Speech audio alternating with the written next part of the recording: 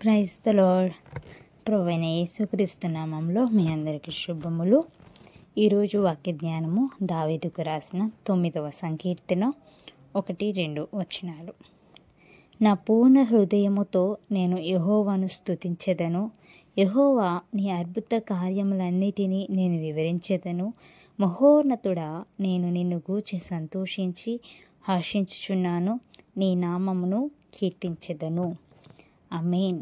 మనం ఇక్కడ చూసినట్లయితే దావీదు గారుడు యెహోవాను తన పూర్ణ హృదయముతో స్తుతిస్తున్నాడు. మనం కూడా మన దేవుణ్ణి పూర్ణ మనస్సుతోనూ, పూర్ణ ఆత్మతోనూ, పూర్ణ బలముతోనూ, పూర్ణ వివేకముతోనూ దేవుని ఆరాధించాలి. అలాగని దేవుని మనము ప్రేమించాలి. అది దేవుడు మనకిచ్చిన ఆజ్ఞ.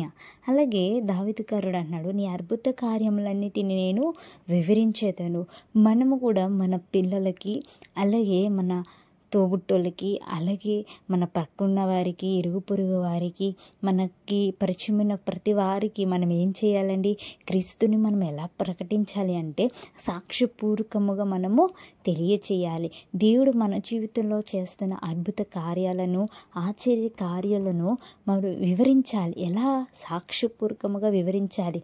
ఇగో పలానా సమయంలో దేవుడు నా జీవితంలో ఈ అద్భుత కార్యం జరిగించాడు. ఇగో ఇలాంటి సమయంలో ఆ ప్రతికూలమైన సమయంలో దేవుడు చేసుకుని నాకు ఈ అద్భుత కార్యం జరిగించాడండి.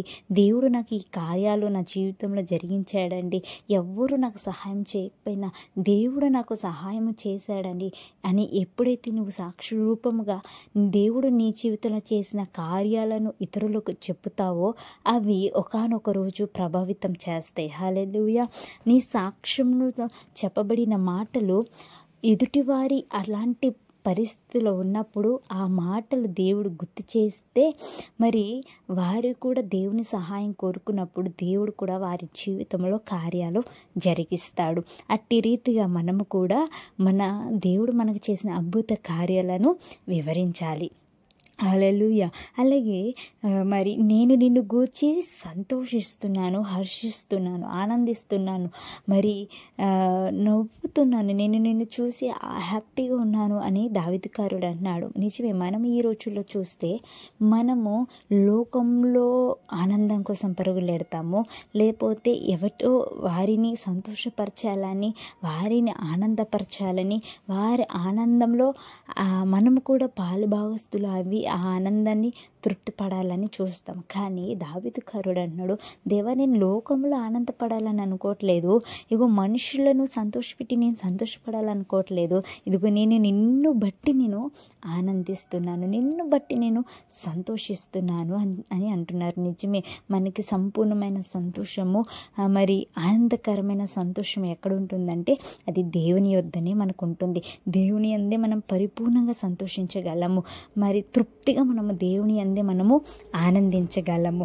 అలాగే నీ నామమును బట్టి నేను కీర్తిస్తాను. ఇదిగో ఆయన నామాన్ని బట్టి పాటలు పాడుతున్నాడు, కీర్తనలు పాడుతున్నాడు, కీర్తిస్తున్నాడు, ప్రతిగానాలు చేస్తున్నాడు. మనము కూడా ఆయన నామాన్ని ప్రతిదినము తలపోయించుకుంటూ మనం పాటలు పాడుతూ ఆయన నామాన్ని ఘనపరచాలి, ఆయన నామాన్ని స్తుతించాలి, ఆయన నామాన్ని కొనియాడాలి. మన పెదవులతో ఆయన నామాన్ని మనం ఎప్పుడైతే పాడుతామో, స్తుతిస్తామో అద్భుత కార్యాలు మనము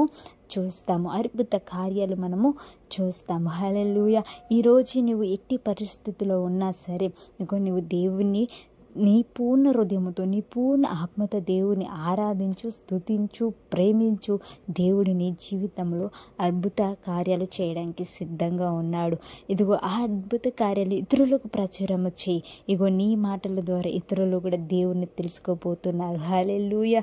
ఇదిగో దేవుని బట్టి నువ్వు సంతోషించు. ఇప్పటి వరకు నీ జీవితంలో సంతోషం లేదేమో, ఆనందం లేదేమో, ఎప్పుడు నువ్వు సంతోషపడలేదేమో, ఆనందపడలేదేమో. ఇదిగో పూర్తి సంతోషం, పూర్తి ఆనందం ఎవని వద్ద ఉందంటే దేవుని వద్ద ఉంది.